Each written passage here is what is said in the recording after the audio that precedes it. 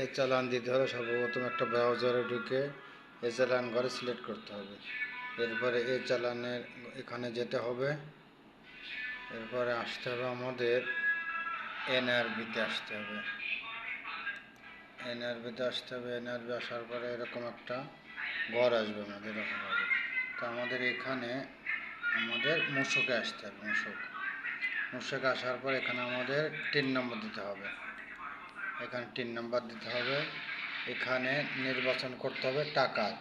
তাহলে আমাদের এখানে আমরা দেখব দেশীয় পণ্য সেবা মূসক, এটা এখানে আমরা এখানে টাকা অঙ্ক লিখতে হবে।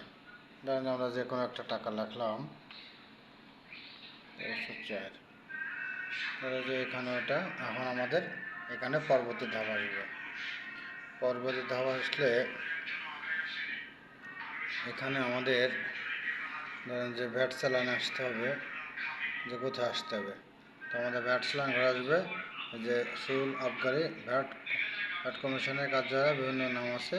তাহলে আমাদের এখানে আসতে হবে। যেহেতু আমরা রাজশাহী ডিভিশনে পড়ি, সেই হিসেবে আমাদের এখানে আসবে এই যে অপারেশন রাজশাহী, এটা আসতে, এটা আমাদের সিলেক্ট করতে হবে। প্রতিষ্ঠানের নাম, প্রতিষ্ঠানে আবগারি শুল্ক, ধরেন যে এখানে বিভিন্ন নাম আছে।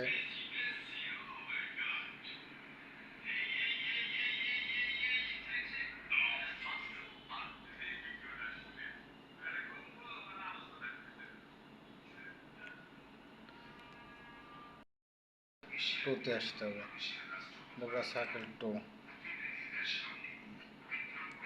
আসলো। আমাদের এখানে টাকা অঙ্ক আছে। এখন আমাদের এখানে 3 নম্বর যে কোনো প্রতিষ্ঠানের পক্ষ থেকে জমা দেওয়া হচ্ছে, এটা অন্য অন্য সিলেক্ট করতে হবে। সিস্টার এখানে প্রতিষ্ঠান নাম দিতে হবে, সেবা ডায়াগনস্টিক সেন্টার। এখানে যে লাইসেন্স থাকে সর্বোচ্চ, তারপরে এখানে ঠিকানার জায়গায় ঠিকানা বা মোবাইল নাম্বার দিলে হবে।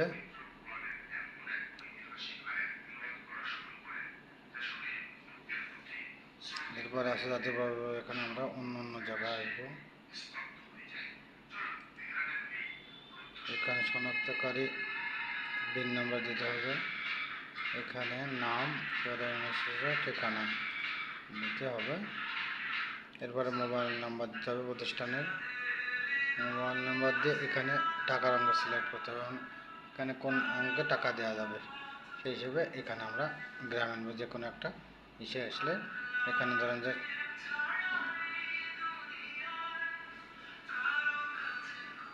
এখানে যে কোনো একটা মোবাইল নাম্বার লিখতে হবে। তো বুঝ না থাকে সংরক্ষণ, এরপরে এখানে সংরক্ষণ আসবে। মোবাইল নম্বরে লিখতে সংরক্ষণ আসবে। ধরুন আমরা একটা যে কোনো একটা মোবাইল নম্বর রাখলাম।